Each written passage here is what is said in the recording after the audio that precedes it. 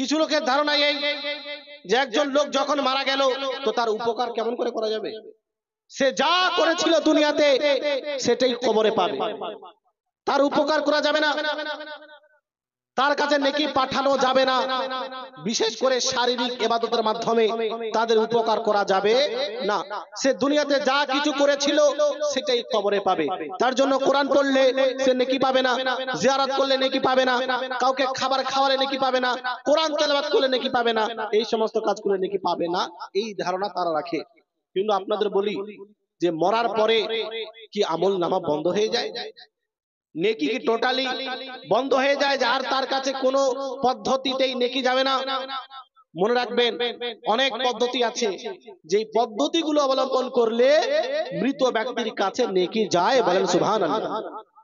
আর এই যে ধারণা প্রচার করার চেষ্টা করছে যে কিয়ামতে কেউ কারো নেকি পাবে না, দুনিয়াতে বেঁচে থেকে কেউ কারো কোনো মৃত ব্যক্তির উপকার করতে পারবে না, এটা হলো কোরআন এবং হাদিস বিরোধী কথা, কোরআন বিরোধী কথা।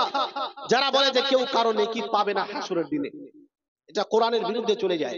আপনাকে দলিল দিয়ে দিচ্ছি, সূরা তুর আয়াত নম্বর 21 এর মধ্যে আল্লাহ পাক বলেন, ওয়াল্লাযিনা আমানু ওয়াত্তাবাআতহুম যুররিয়াতুহুম বিঈমান আলহাকনা বিহিম যুররিয়াতাহুম ওয়া মা আলাতনাহুম মিন আমালিহিম মিন শাই। যারা ঈমানদার, ঈমান এনেছে এবং তাদের সন্তানগণ তাদের অনুসরণ করে তারাও ঈমান এনেছে, মানে পিতামাতা মুসলমান, সন্তানও মুসলমান, হয়েছে কি পিতামাতা তো নেককার কিন্তু সন্তান গুনাহগার, হয় কিনা? পিতামাতা হাজি, ছেলে পাজি, পিতামাতা নেককার, সন্তান মস্তান।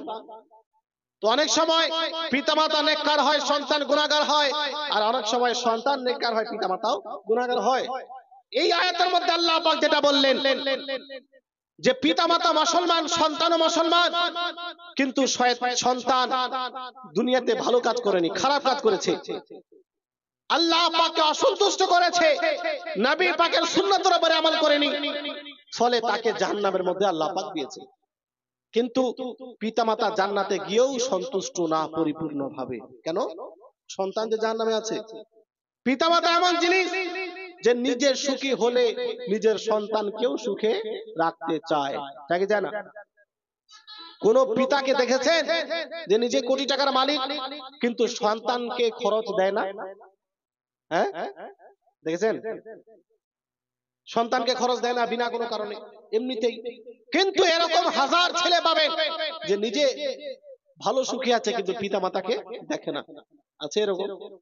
আল্লাহ পাক বললেন যে পিতামাতা যেহেতু নেককার ছিল জান্নাতে গেছে, কিন্তু সন্তান যেহেতু গুনাহগার ছিল দুনিয়াতে, এজন্য তাদেরকে জাহান্নামে পাঠানো হয়েছে।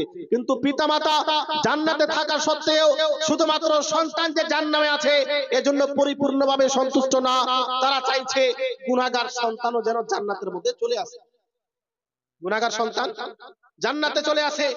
তো কি হলো, আল্লাহ পাক পিতা মাতাকে সন্তুষ্ট করার জন্য, পিতা মাতাকে রাজি করার জন্য ওই গুনাহগার সন্তানকে পিতামাতার কিছু নেকি প্রদান করে, পিতামাতার কিছু আমলের বদৌলতে তাদের ক্ষমা করে সন্তানকেও জান্নাত দিয়ে দিলেন, বলেন সুবহানাল্লাহ। সন্তানকেও কি দিলেন? জান্নাত। কিন্তু মহান আল্লাহ পাক এই বিষয়টাও বলে দিলেন, ওয়ামা আলাতনাহুম মিন আমালিহিম মিন শাই। এই যে পিতামাতাকে সন্তুষ্ট করার জন্য জান্নাত দিয়েছি গুনাহগার সন্তানদের, এর মানে এটা না যে পিতামাতার নেকি আমি কেটে নিলাম, পিতামাতার নেকি কেটে নিলাম, এমনটা না।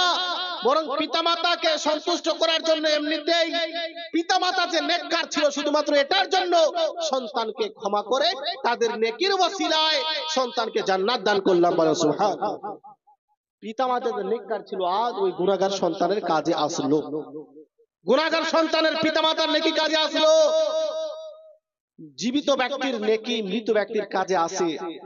এ প্রসঙ্গে আরো একটি আয়াত আর তার ব্যাখ্যা আপনাদের সামনে রাখি, তারপরে কয়েকটি হাদিস শোনাবো। সূরা মুমিন আয়াত নম্বর 4 এর মধ্যে, 4 এর ব্যাখ্যায় তাফসিরে খাজিনের মধ্যে একটি হাদিস বর্ণিত হয়েছে। তাফসিরে খাজিন 6তম খণ্ড পেজ নম্বর 76 এর মধ্যে হাদিসটি এই, ইদা দাখালাল মুমিনু আল জান্নাহ, যখন একজন মুমিন জান্নাতে প্রবেশ করবে, তো জান্নাতে প্রবেশ করে সে বলবে আইনা আবি, আইনা উম্মি, আইনা ওয়ালাদি, আইনা জাওজি, যে আমার পিতা জান্নাতে কই, আমার মা জান্নাতে কই, আমার সন্তান জান্নাতে কই, আমার স্বামী বা আমার স্ত্রী জান্নাতে কই। হয়তো পিতা গেছে তো সন্তানকে খুঁজবে, যদি সন্তান যায় তো পিতাকে খুঁজবে, যদি স্বামী যায় তো স্ত্রীকে খুঁজবে, স্ত্রী যায় তো স্বামীকে খুঁজবে। খুঁজছে কিন্তু পাচ্ছে না, তখন সে জিজ্ঞেস করছে যে এরা কই, আমার পিতা জান্নাতে কই, মা কই? তখন তাকে জবাব দেওয়া হবে ফায়ুকালু আন্নাহুম লাম ইয়ামালু আমালাক, হে আমার বান্দা, তুমি যাদের ব্যাপারে জিজ্ঞাসাবাদ করছো তারা তোমার মতো নেক কাজ করেনি, তারা তোমার মতো নেক কাজ করেনি। তুমি দুনিয়াতে নেক কাজ করেছো, ফলে তোমাকে জান্নাত দিয়েছি, কিন্তু তারা যেহেতু আমার অনুসরণ করেনি, আমার নবীর অনুসরণ করেনি, আমার দেওয়া বিধানের উপরে আমল করেনি, এই জন্য তাদেরকে জাহান্নামে পাঠিয়েছি। এবার ওই বান্দা কি বলছে দেখেন, আল্লাহ পাক তো সবকিছুই জানেন, কিন্তু আমাদেরকে নবী আলাইহিস সালাম উনার সাহাবায়ে কেরাম হাদিস শ্রবণ করাচ্ছেন যে আল্লাহ সবকিছুই জানেন, যে পরিশেষে কি হবে, কিন্তু আমাদের শোনাচ্ছেন শিক্ষার জন্য। ওই বান্দা বলল ইন্নী কুনতু আমালু লি ওয়া লাহুম, হে আল্লাহ, আমি দুনিয়াতে যে ছিলাম তো আমি যেমন ভাবে নিজের জন্য নেক কাজ করতাম, মৃত ব্যক্তি কথা অর্থাৎ আমি আমার বাবার জন্য নেক কাজ করতাম, বলেন সুবহানাল্লাহ। আমি নিজের জন্য নামাজ আদায় করতাম, পিতার জন্য নামাজ আদায় করতাম, নফল নামাজ বা ফরজ নামাজ আদায় করে পিতার নামে বসে দাও, এটাও জায়েজ। রোজা রাখা উদ্দুল্লাহ ইনশাআল্লাহ দিচ্ছি। তো এই যে আমি নিজের জন্য নেক কাজ করতাম, তার সঙ্গে আমি আর পিতার জন্য নেক কাজ করতাম, তার জন্য কোরআন তেলাওয়াত করতাম, কবর জিয়ারত করতাম, দান খায়রাত করতাম, মানুষকে খাবার খাওয়াতাম, তো তার জন্য যে দুনিয়াতে এই নেক কাজগুলো করেছি এর সওয়াব কই, তাদেরকে দেওয়া হয়েছে কিনা? তখন আল্লাহ পাক ফেরেশতাকে এই কথা বলছেন না যে যা করেছো তুমি করেছো, তোমার বদলা ফেরেশতার মাধ্যমে আমি তোমার পিতামাতাকে দেব না।